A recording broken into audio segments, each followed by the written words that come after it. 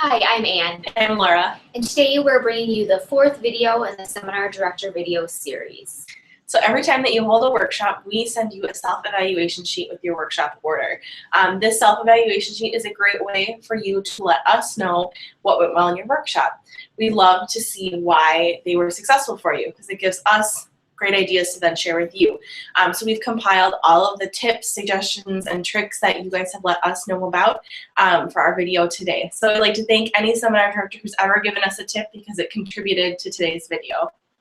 So we're going to organize the tips today into 3 categories: before your workshop, during your workshop, and after your workshop. Within each category, we'll have several smaller tips that correspond with a few more general themes. So feel free to pause the video to take notes on the tips that you like. So today we're going to start with talking about tips for before your workshop. So remember that you reap what you sow. So if you put in some work beforehand, your workshop will run really smoothly the day of. So if you're going to try to reach some new audiences or get a new venue, try something different, try to reach out a little bit. Put up some flyers at local colleges, universities, maybe a new church in the area. Of course, check with them, make sure that's all okay to do. But it can be a great way to get some different participants. If you're thinking about a different venue, you'll be surprised at the varying types of venues that workshops at. So it can be at a church, an association conference room, an office suite, a small classroom, coffee shop conference rooms, grocery store conference rooms, counseling centers, libraries. I mean, really, there are a ton of different places, and we're always impressed to see where you're holding workshops. If you really want to try to get some new audience, reach a different group of people that you haven't had before in a workshop, we suggest that you watch that marketing basics video we did a couple weeks ago. That video actually has some great ideas for different organizations to reach out to different groups of people.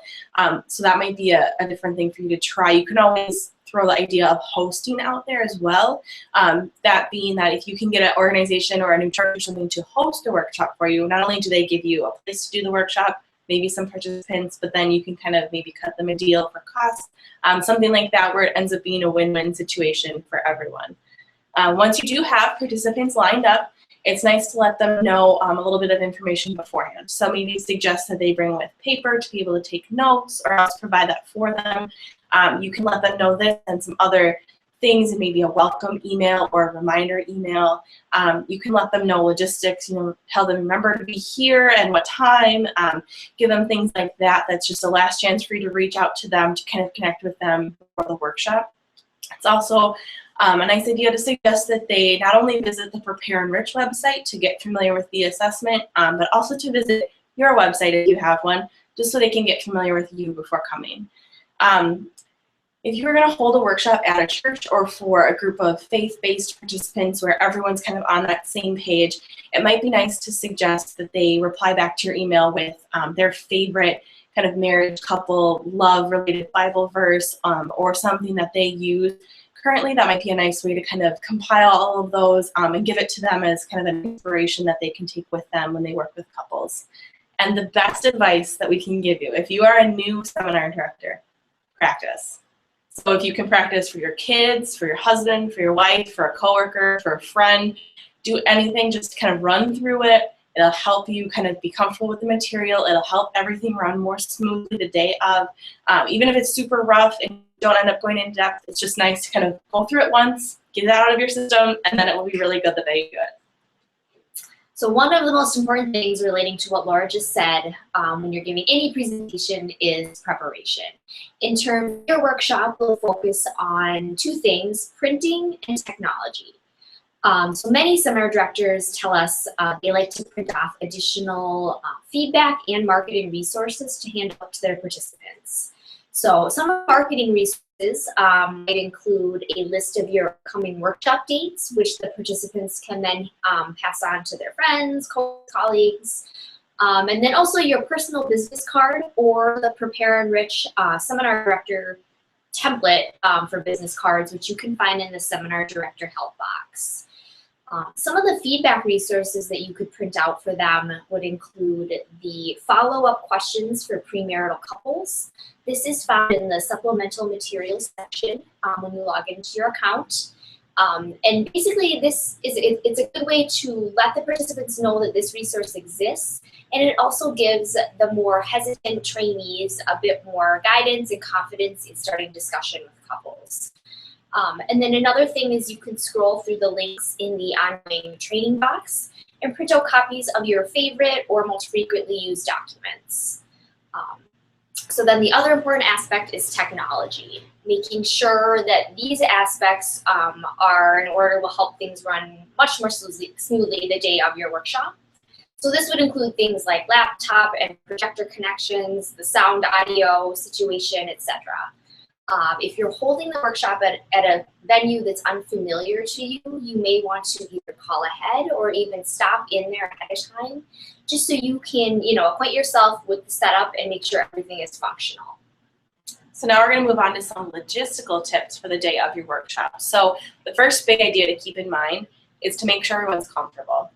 Just checking in with them, addressing those types of logistics right head on really just shows them that, you're caring, and that way it doesn't affect the mood or the overall impact of what you're telling them that day during your workshop. So the nice thing to do kind of right off the bat is schedule some workshops and tell them, we're going to break here, here, and here. This is where the restroom is. This is where the drinking fountain is. That way everyone knows, and they don't have to spend any time kind of figuring those things out. If you can control the room temperature, try to check in how everyone's feeling and adjustments if you can. We see that a lot. Right, they were too cold, too hot. Even if you just check in, it'll show them that you're caring, even if you can't do anything about it. Because we realize sometimes that's just going to be the limitation you have in the venue you chose. So in terms of refreshments, it's nice to have something available. So even if it's just a simple mint and maybe a bottle of water, if you just have something maybe for them, it'll, again, showing that you're really going to all the lengths to make sure that they are comfortable while they're at your workshop. So if you can move the tables or desks or whatever you have in your venue space, if you can move them at all, having them in a horseshoe shape really helps kind of the flow and the discussion of your participants. It makes that everyone can see each other, then there's no one hiding kind of behind, in an awkward corner, gets everybody out in the circles to kind of engage that participation. And then with that being said, you always want to make sure you can refer to them by name. So everyone appreciates being called by name instead of just, hey, what do you think? You could say, that person's name, and it really, again, connects everyone. It doesn't make anyone feel awkward. So if you can have name tags or little name cards, something to kind of have them put in front of them so that you can see that right away, that also really helps. So with that, Anne's going to talk about how to do meaningful introductions.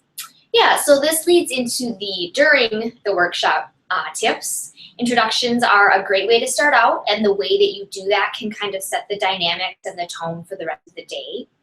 A tip we see over and over is to ask each person how they plan to use the program and or what they want to get out of the training.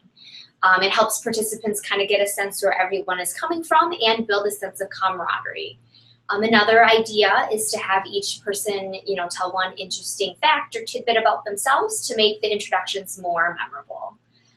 For something fun and different, prior to the workshop, you could have the married participants send you a wedding photo, which you can then put into a PowerPoint and show, at the beginning of the day or throughout the day. You can include, the dates, locations. It just makes it a little bit more fun. Another idea is you could show your own wedding photos, which kind of helps participants connect to you on a more candid level. So now Laura will continue on with more tips to use during the workshop. Yeah, so sometimes the best way to learn is by doing. So I love this quote, tell me and I'll listen, show me and I'll understand, involve me and I'll learn. So we're going to kind of keep that quote going through this next section while we kind of share some tips about how to incorporate activities into your workshop. So we're going to start with tell me and I'll listen. First things first, you want to have each participant pull out their resource kit, open all the pieces up, and kind of tell them what each piece is for. So just so they know what they're getting into. Pull out their training manual and say, this is the training manual, we're going to use this today. Then pull out the sample facilitators report and say, this is the sample facilitators report, and we're going to look at this during this time. It kind of just gets everybody acclimated with the materials that they're going to be using throughout the day. You want to also ask your participants to tell their own story. If they've gone through Prepare-Enrich, they have good experience to share. Maybe that's why they're in this training, is to work with couples because they enjoyed it. have everybody just kind of tell their own story, and it kind of, again, normalizes the whole experience for everyone. If you're curious what your participants are thinking during a discussion, you can have them tell you too. There's a website out there called www.polleverywhere.com. That website will allow participants to just jump on their smartphone and actually answer questions that you have. This is a way that they can tell you, I don't want to say this right now, but I really don't get this. Can you go over it again? Something like that. It's a nice way to just check in and assess where everyone's coming from. So now for show me and I'll understand. You want to show the participants the website if you can. You would be surprised how many calls we get in customer service from people who are newly trained who have never gone on the website, have no clue where to click or anything. So you can, if you have a couple minutes, log in quick, show them how to log in, show them where to set up a couple. If you can go through setting up a couple, that can really make a big difference to some people. You can always hide your own couple so there's no privacy things going on or anything, but just clicking around in there can really just make a world of difference for some people to make everything click for them. If you have a couple, transition points where you don't really have anything to go from, you can always pop in one of our promotional videos. We have a 30-second promotional video and a 3-minute promotional video, and you can show either of those. It's, has some nice music, makes everyone feel good, gets them back on track for their thinking. That might be nice to kind of pop in there too. And you can also, throughout the whole workshop, show active listening with your participants. This can do two things for you. Not only is it modeling a basic concept that we cover in Prepare-Enrich, but it also can kind of keep the whole workshop relevant. And that way you're always staying on track and you're always checking in and kind of, showing that concept in action. So involve me and I'll listen, involve me and I'll learn. That's the most important one. During breaks, you want to kind of start some discussion amongst participants that involve each one of them so that they can learn from those experiences and, check in and see that everyone has similar challenges with couples. It'll kind of, have everyone buying into the whole experience.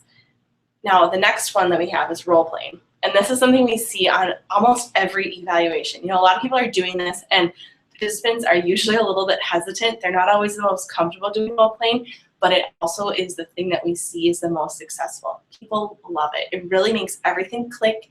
They get to see Prepare-Enrich in action. They get a good feeling for how everything works. It gives them confidence.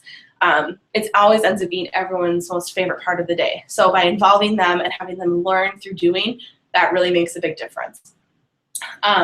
After you show a video clip, it's a nice way to involve everyone to kind of give their feedback and say, I have questions about this, I would do this differently. This is how I would approach that situation. By bringing everyone's ideas and experiences in and involving them in that clip might be more effective than just watching it and moving on to the next thing. And you can also have some semi-structured activities too. You can try to do this to get more participants engaged. One that we like is Think, Pair, Share.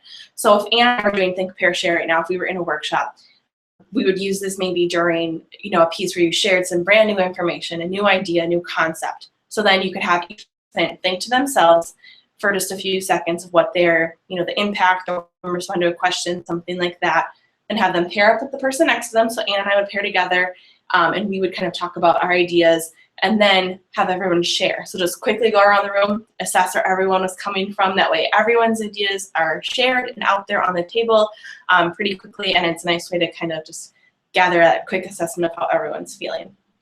So after you get through that listening and understanding and learning, you might encounter some grogginess, especially after lunch, where you need to just inject some fun into your workshop. So you can have some fun, silly ideas, maybe some competition, prizes, whatever. If you just want to, throw something fun in there to kind of break it up a little bit. We've also heard that playing different clips from movies works well. So if you can find a quick YouTube clip of a marriage counseling session that's funny from a movie or wedding thing or something, people love to just have a little quick laugh and then move on to the next section. And then one nice idea that we've heard is if you are doing a workshop for mostly pastors or, faith-based people that are all coming from that same frame of mind, it might be nice to have some guided prayer times. This can be where they, have a moment where they all go and call their spouse or their partner and they, pray with them, or they maybe pray for a premarital couple they're working with, or pray for a married couple, or just for marriage in their church. Something like that gives them all a moment just to kind of come back and think and pray, and then you can move on to the next section. All right, so here now are some general kind of overarching tips to just keep in mind throughout the day. The first one is to know your audience so that you are able to contextualize your training and make it as relevant to them as possible. For example, if you are training a room full of therapists or LMFTs, you might want to emphasize the program's flexibility for use as a professional. When training pastors or lay leaders, you can focus on the church-based, more spiritual aspects of the program. And then on a related note, you want to be sensitive to the different amounts of counseling experience that people in the training have, and try to balance the depth and the breadth of that training. So for those people that have less counseling experience, you can put them more at ease by focusing on how this is more of a facilitator role and not so much a counselor role. You might find there is a difference in ideology between you and your participants, between your participants themselves, or both. Don't worry, don't let this divide or polarize your training. Instead, kind of take it as an opportunity to embrace all the unique perspectives, and keep in mind that you all do share a common goal, which is building stronger marriages and healthier relationships. And so Laura touched on this a bit before, but keeping participants engaged will increase the learning as well as their overall impression of the workshop itself. So you can, engagement can be fostered and maintained by facilitating participation, interaction, discussion, as well as simple things such as offering, just a minute to stretch or even to process and reflect on information. And then one of the most commonly shared tips is to use real life examples from your work with couples. This really helps drive the information home. We are constantly seeing this listed on evaluations as the participants' favorite part of the workshop is hearing, how you personally use the program yourself. So the most successful webinar directors realize that even after their workshop ends, they can still be connected with those participants that they just trained. So we encourage networking, and you can encourage it in your workshop to send an email after your workshop finishes or the next day, thanking each participant individually for coming and for sharing experiences and for learning with them that day. You can, in the email, or other emails following up, maybe suggest, here are my upcoming workshops. If you happen to know someone who needs to be trained, a coworker, a friend, other colleagues, it might be a nice way to gain a referral. You could offer incentives for that, for, kind of referring other people or a discount to them. That's a nice way just to kind of touch in. The best way to do this is if you do have your workshop scheduled out, 6 months to a year, then you can have the next 3 dates so that if the next one is not convenient, they don't forget about you. They can schedule one, 6 months out, something like that. And also, networking is just going to happen in your workshop with, amongst participants, amongst yourself. It can be a great way to kind of connect you to other things down the road. So even after participants leave your workshop, you can connect with them. Maybe before they leave, ask, would you guys want to, stay connected to each other? Would you like to leave an email with every contact information? And if they do like this, you can, of course, offer, will opt out if they didn't want to participate in that. But take that Excel spreadsheet that we send you with our contact information, and then you can pass that information on to your participants. It's also a great way to send other links and resources if something was mentioned in your workshop, just to kind of recap and thank everyone for being there. It's a nice touch that they'll appreciate. So we hope you'll take all these tips, ideas, and suggestions and use them in your own workshops, or even use them as building blocks to create new ideas. You can share your successes by jumping on the Facebook Seminar Director Group page. The URL for that, if you have not joined yet, is facebook.com/groups/pe.seminardirectors. Obviously, you can always give customer service a call at 800-331-1661, or shoot us an email at cs@prepare-enrich.com. We're always looking for new video suggestions, so thanks for watching.